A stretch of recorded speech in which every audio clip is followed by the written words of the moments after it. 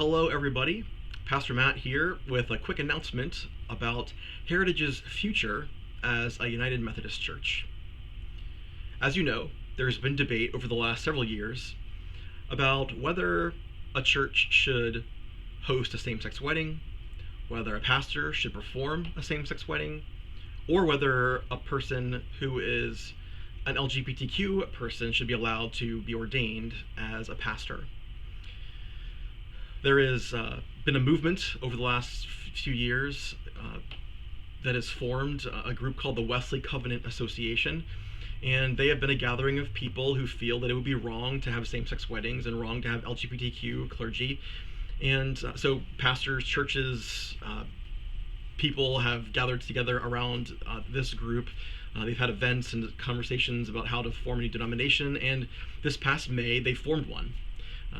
It's called the Global Methodist Church, and churches have already joined it, and others are trying to leave the Methodist Church, United Methodist Church, and join the Global Methodist Church.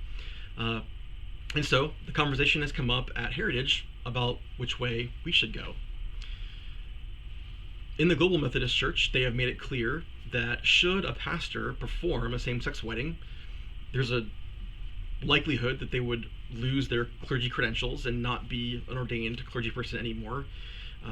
The church that hosts a same-sex wedding would very likely be expelled from the denomination, and they would of course never allow an LGBTQ person to be ordained as a pastor.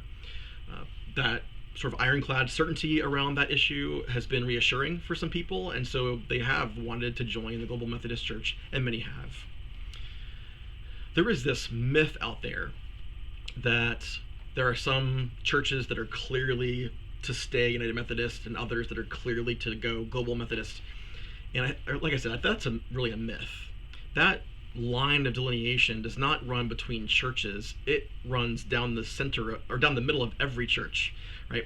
The church may lean one way or the other, but in every case, there are those who either feel that it would be wrong to have same-sex weddings and wrong to have LGBTQ clergy, and those who feel that it would be okay to have a same-sex wedding and have LGBTQ clergy.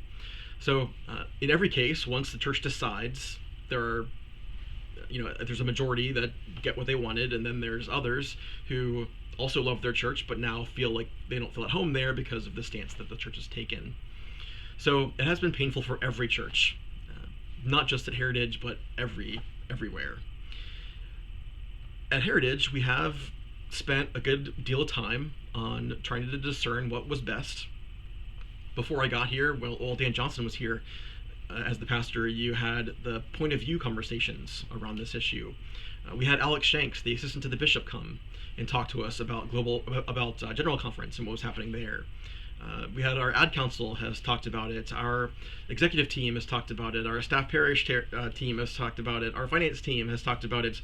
Most recently, we had Brent Byerman and Emily Hotho come and share both perspectives on staying in the United Methodist Church or leaving for the Global Methodist Church. And so we spent a good deal of time and energy on what to do with this issue. What basically is happening is God is at work pulling apart two streams of thought regarding how to live the Christian life in this world that are not really compatible with one another, but have become intertwined in the United Methodist Church. There is the Christian fundamentalist approach to Christianity that is different. There is the United Methodist approach, which is different. Both have borne fruit of the Holy Spirit. Both have had effective seasons of ministry, and both will be more effective when they are freed from one another because they are not really compatible. So once this work is done, both streams will be able to introduce people to Jesus Christ in the way that they are most equipped to do so. The Global Methodist Church will embrace the Christian fundamentalist approach, and the United Methodist Church will continue to go its way. It's through our system of conferencing that we decide how to apply the scriptures in the world, and we will continue to do that. And I do believe, as many in the Global Methodist Church fear, I do believe that the United Methodist Church is going to change its stance on this issue.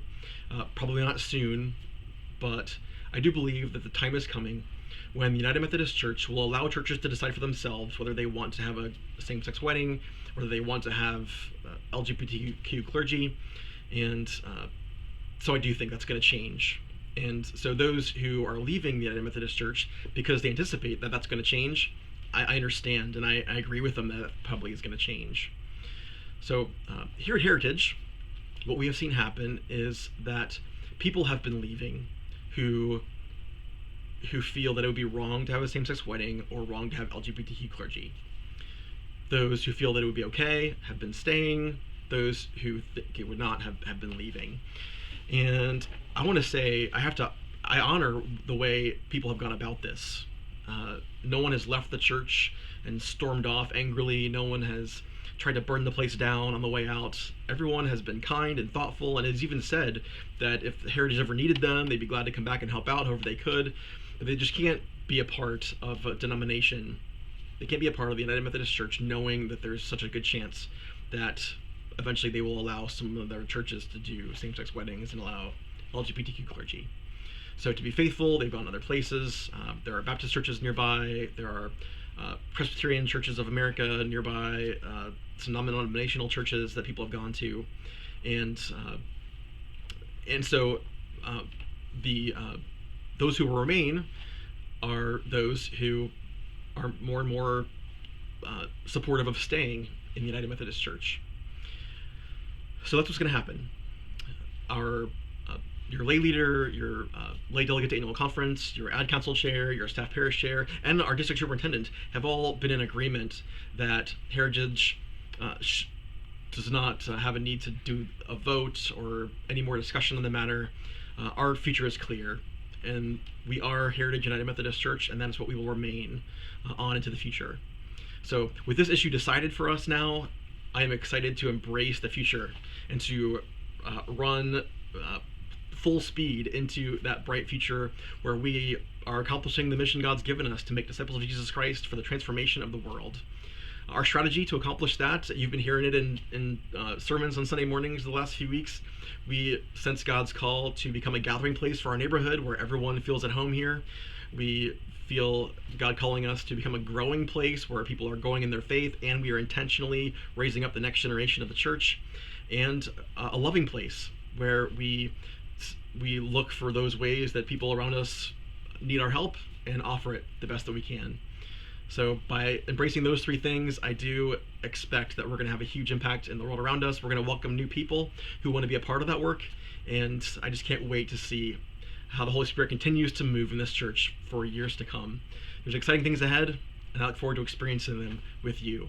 So thanks again for your time today. I hope that you take care, have a great day, God bless, and I'll see you this coming Sunday.